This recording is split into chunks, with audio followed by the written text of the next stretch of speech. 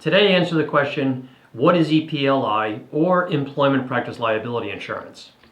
Employment Practice Liability Insurance, or EPLI for short, is a form of management liability coverage intended to protect a company and its decision makers from claims which arise from employees and third parties alleging wrongful employment acts. Commonly, these wrongful employment acts are things like wrongful termination, discrimination, harassment, hostile work environment, failure to hire, failure to promote, and more. Many of the claims brought by employees against their employers will cite violations of laws and protections of several federal, state, and local laws, codes, and ordinances, such as Title VII of the Civil Rights Act, the ADA, the Age Discrimination in Employment Act, and more. EPLI was first created in the early 1990s and since has become an important part of many businesses' protection portfolio.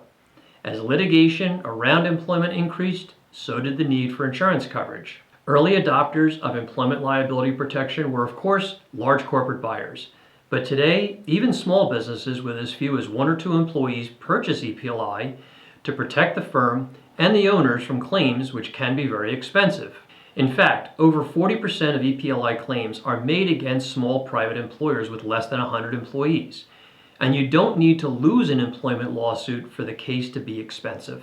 Defense costs alone for small businesses will run into the tens of thousands of dollars, and for larger firms, defense can easily run into the 6 figures.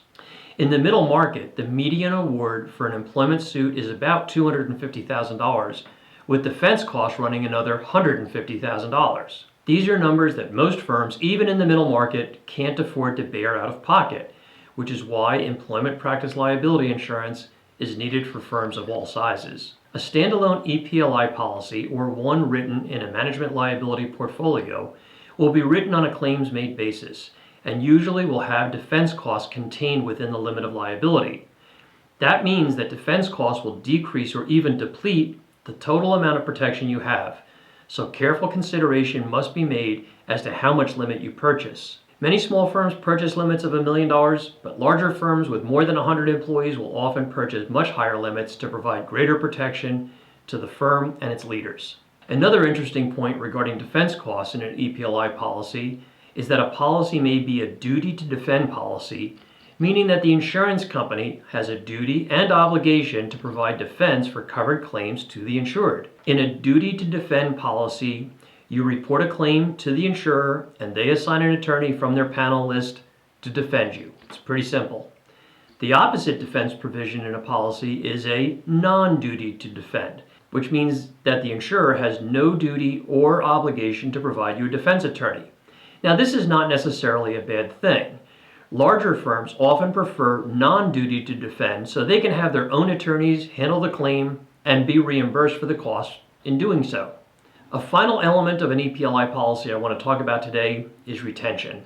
Retention is like a deductible in that it's the amount of money the insured will pay prior to the insurance company making payments in a claim. Most EPLI policy retentions start at $10,000 but can run all the way up to $250,000 or more for larger firms. Like all business risks, controlling and managing employment risk is paramount to preventing claims. While it's important to have coverage for those claims that do occur, it's much less expensive to preventing a claim than having your insurer pay for one.